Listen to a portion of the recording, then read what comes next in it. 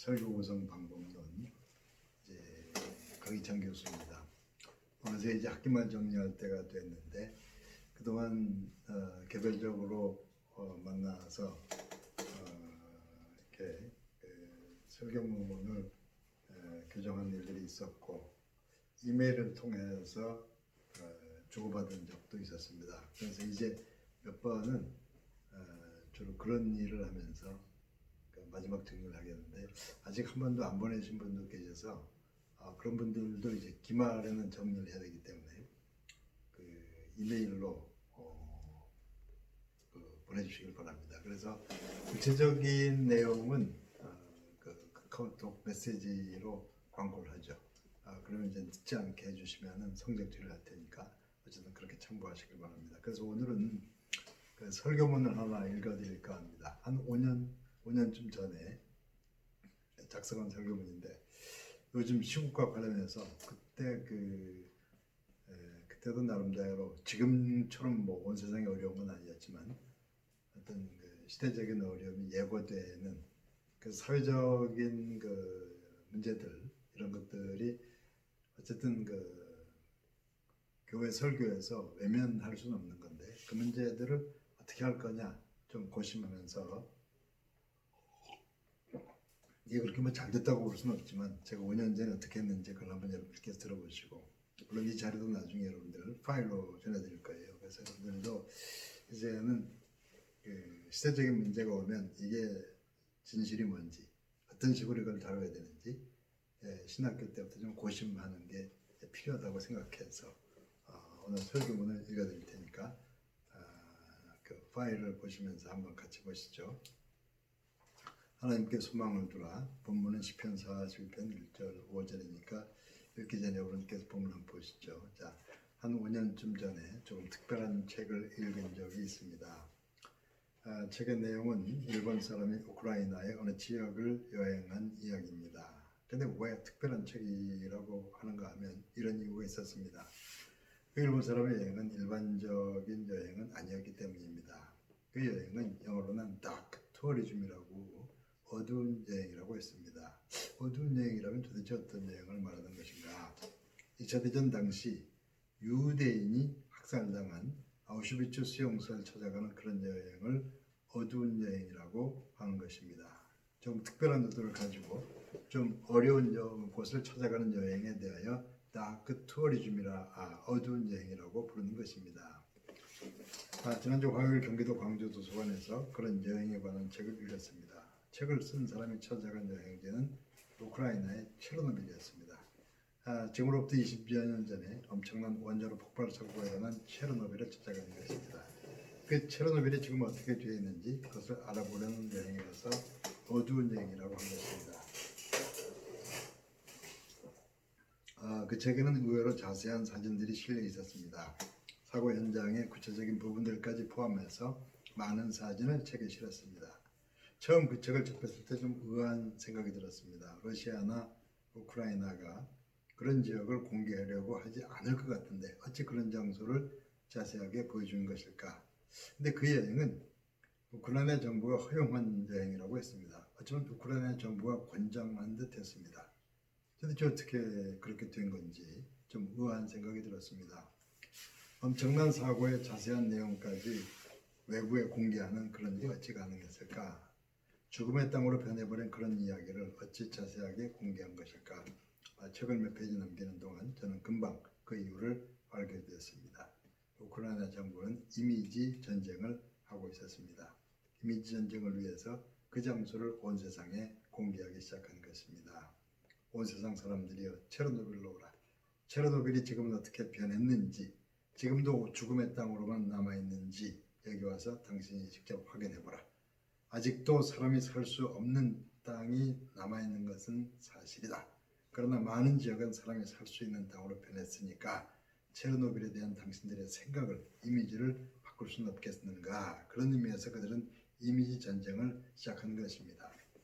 그 전쟁에서 승리하려면 온 세상 사람들로 하여금 그 현장을 찾아오게 해서 그들이 직접 확인하게 만들어야 합니다.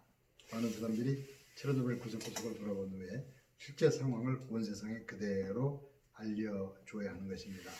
물론 아직도 문제는 많이 남아 있습니다. 어떤 지역은 앞으로도 오랫동안 사람이 접근하기가 어려울 겁니다. 그런데 상당히 많은 지역은 방사능 수치가 그렇게 높지 않았습니다. 사고 당시에 떠났다가 다시 돌아와서 거기서 사는 사람들도 꽤 있다고 합니다. 나이가 많은 사람들은 어떤 문제가 있더라도 고향으로 돌아오고 싶어서 다시 돌아와서 살고 있다고 합니다. 그런 사람들에 대하여 러시아어로 사마셜이라고 부릅니다. 방사능 위험보다 내 고향이 더 소중해서 돌아온 사람들이 사마셜인 것입니다.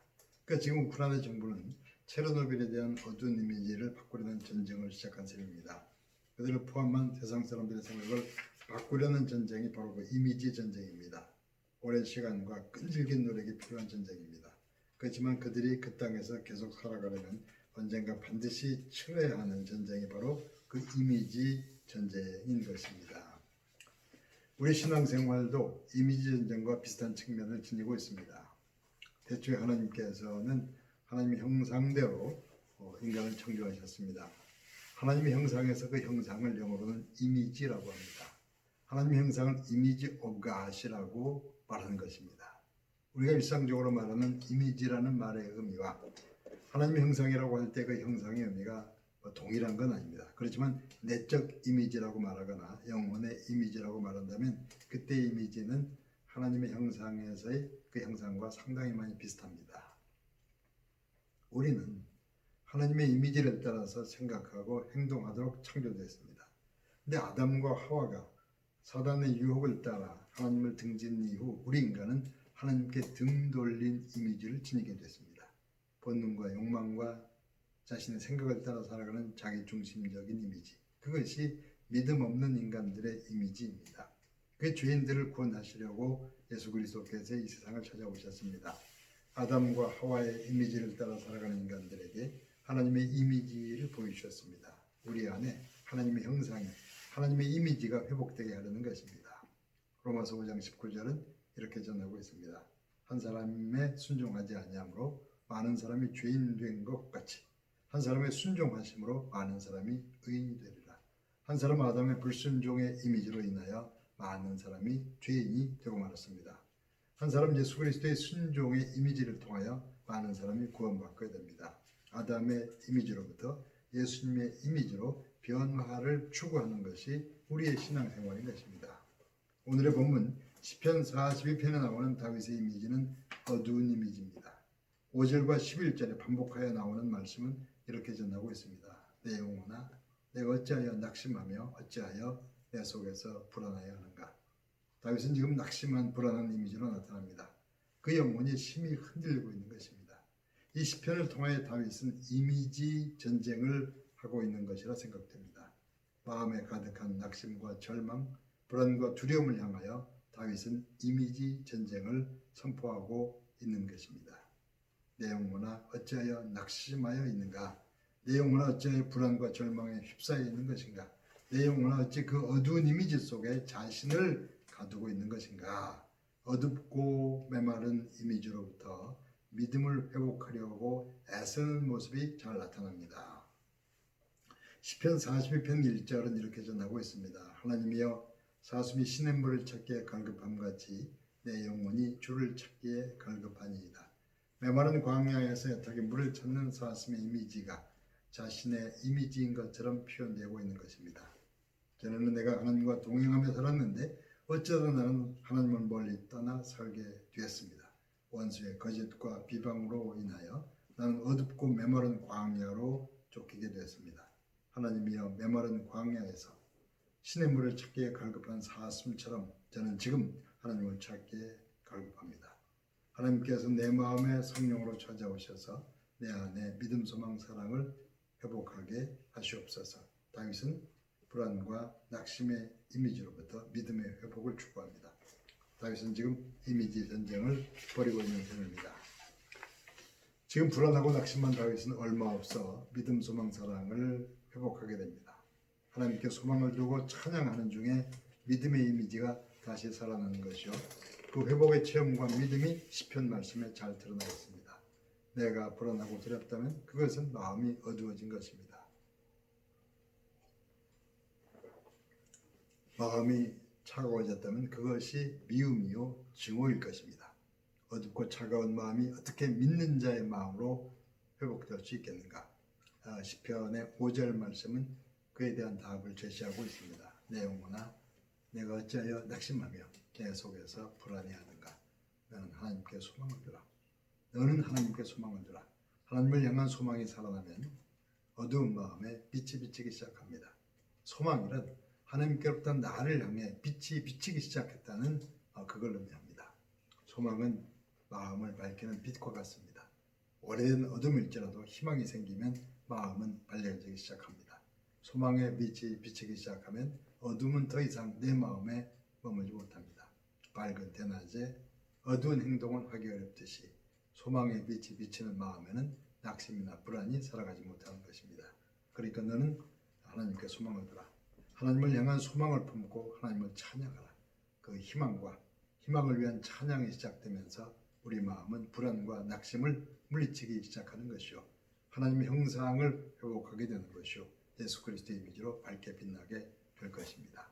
이 시간 여러분들에게서 하나님의 형상이 회복되기를 기원합니다. 여러분들께서도 그 이미지 전쟁에 적극 참여하시길 바랍니다.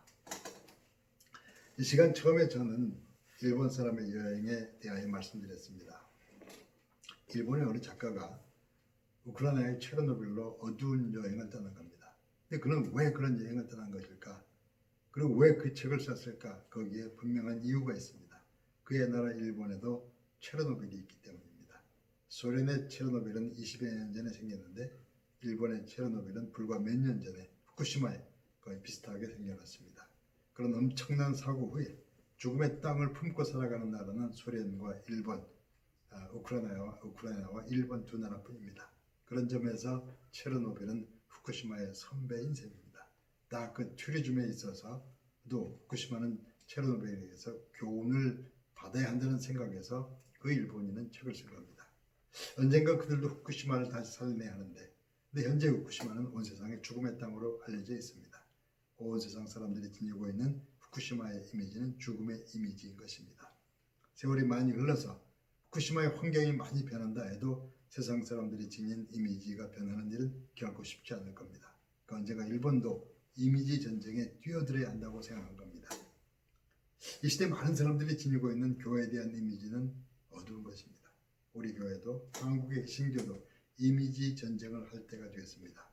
한두 사람의 노력으로 해결될 문제가 아니라는 점은 분명합니다. 그렇지만 문제도 해결도 한 사람으로부터 시작된다는 것이 성경적인 가르침입니다. 문제는 아담으로부터, 해결은 예수 그리스도로부터 시작되었다는 말씀입니다. 하나님의 형상을 잃어버린 일은 아담으로부터 인하여 또 회복되는 일은 예수 그리스도로 인하여 이루어진 것입니다. 우리 중에 많은 사람은 시편의 다윗과 같은 이미지를 지니고 있을 겁니다. 낙심과 불안 중에 목마른 사슴처럼 살아가는 것입니다.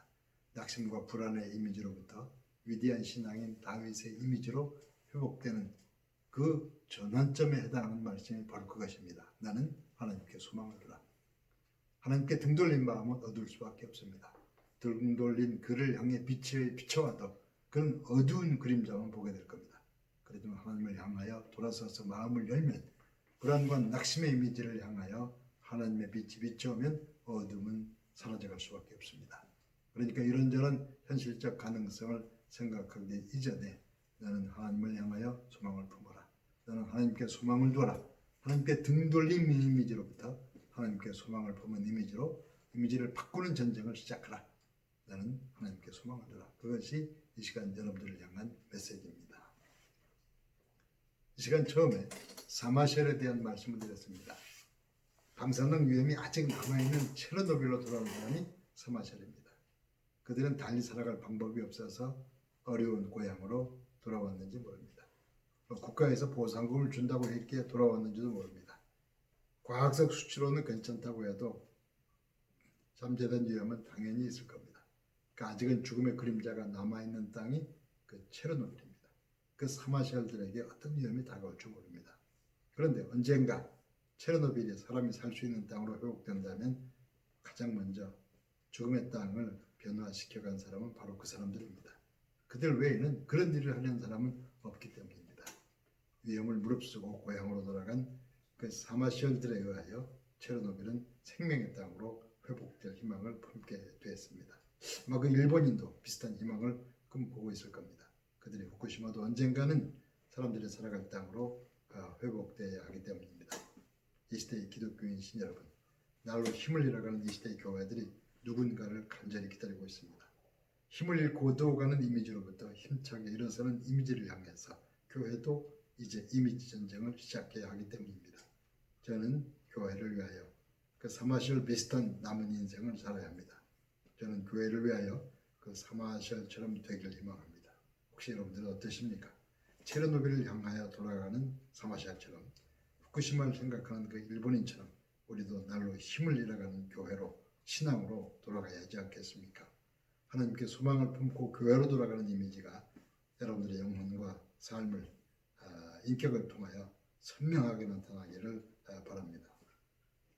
그런 이미지 변화를, 이미지 전쟁이 여러분들의 전쟁이 되기를 예수님의 이름으로 축원합니다.